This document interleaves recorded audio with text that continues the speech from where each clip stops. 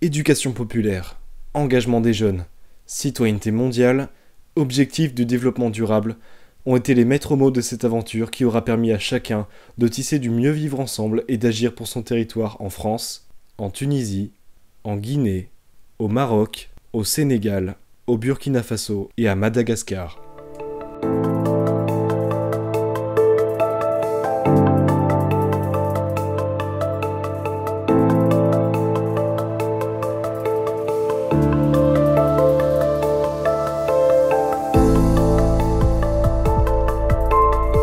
Dans le cadre du projet Weche, j'ai fait la connaissance de Boubacar, qui est actuellement en Guinée, qui est étudiant et qui est aussi en service civique. Et ensemble, on a décidé de créer une bande dessinée qui sensibilise à la drogue, donc aussi bien la vente que la consommation, et à ses méfaits surtout.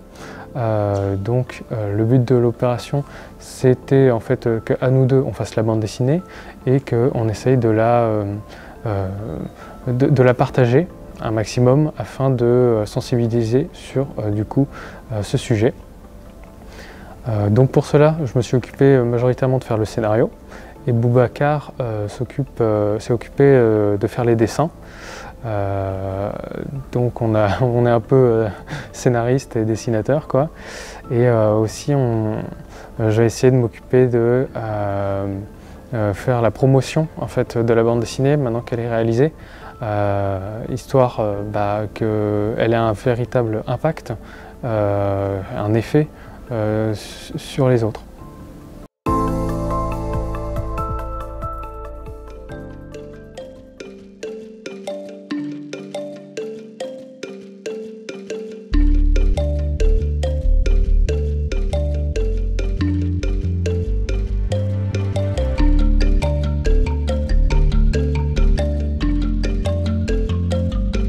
Je suis Fatou Damba, volontaire à Maragri dans le programme WISI. Donc voilà, j'ai un projet d'assainissement qui a pour l'objectif général l'assainissement à la protection de l'environnement et au recyclage des déchets plastiques. Donc comme c'est un micro-projet, voilà, je me suis dit pourquoi ne pas le faire en phase. Je l'ai scindé en 3 phases.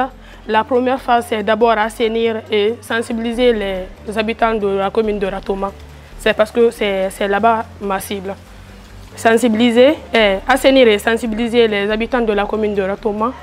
La deuxième phase, je pense que ça serait l'installation des poubelles. Après l'assainissement, j'installe les poubelles métalliques, que ce soit en métal ou en fer. Voilà, l'essentiel est que les poubelles soient placées.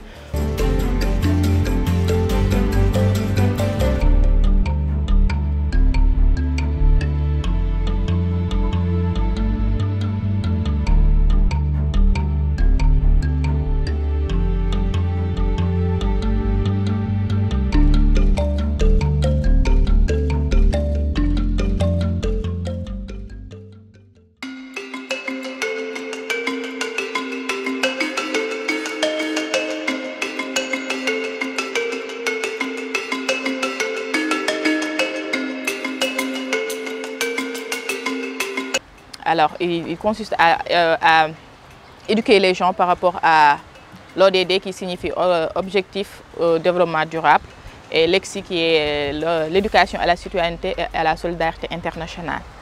Alors, j'y suis volontaire, je peux dire, et ma mission c'est de faire des animations autour du développement durable dans les écoles élémentaires avec les classes de CM1 et de CM2.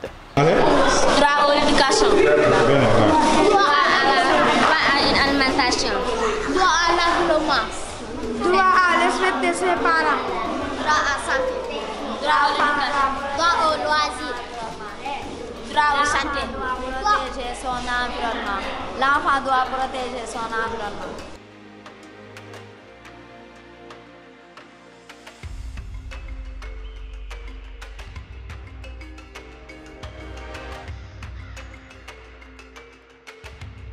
Mon engagement aujourd'hui dans le programme Weche, je peux dire que je suis fier, je suis content parce que non seulement je faisais des images, je suis tout le temps derrière les artistes, je suis tout le temps avec les enfants, je suis tout le temps avec des autres managers pour échanger.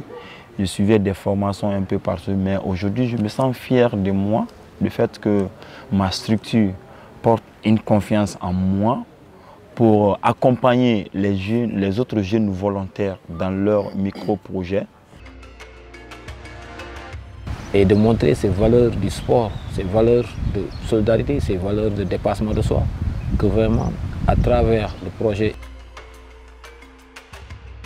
Donc on voit que vraiment le binômage entre les Français et entre les volontaires internationaux, c'est vraiment quelque chose, une clé, comme une pépite en fait, comme on dit.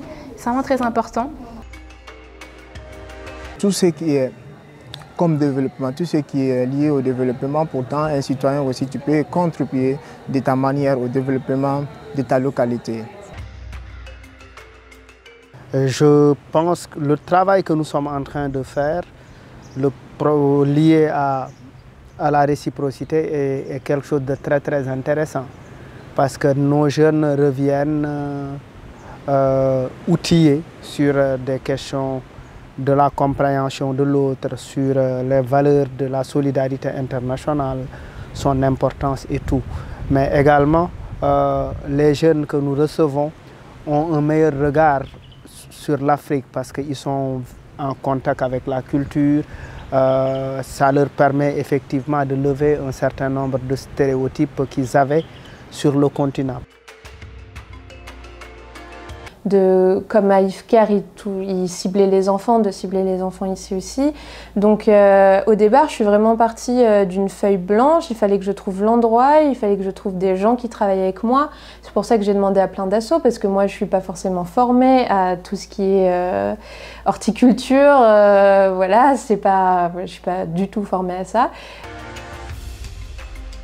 D'autre côté aussi, par rapport à ce que nous faisons sur le développement durable, essayer d'inculquer une éducation environnementale à la jeunesse nord-pikinoise pour qu'ils puissent grandir avec ces idées.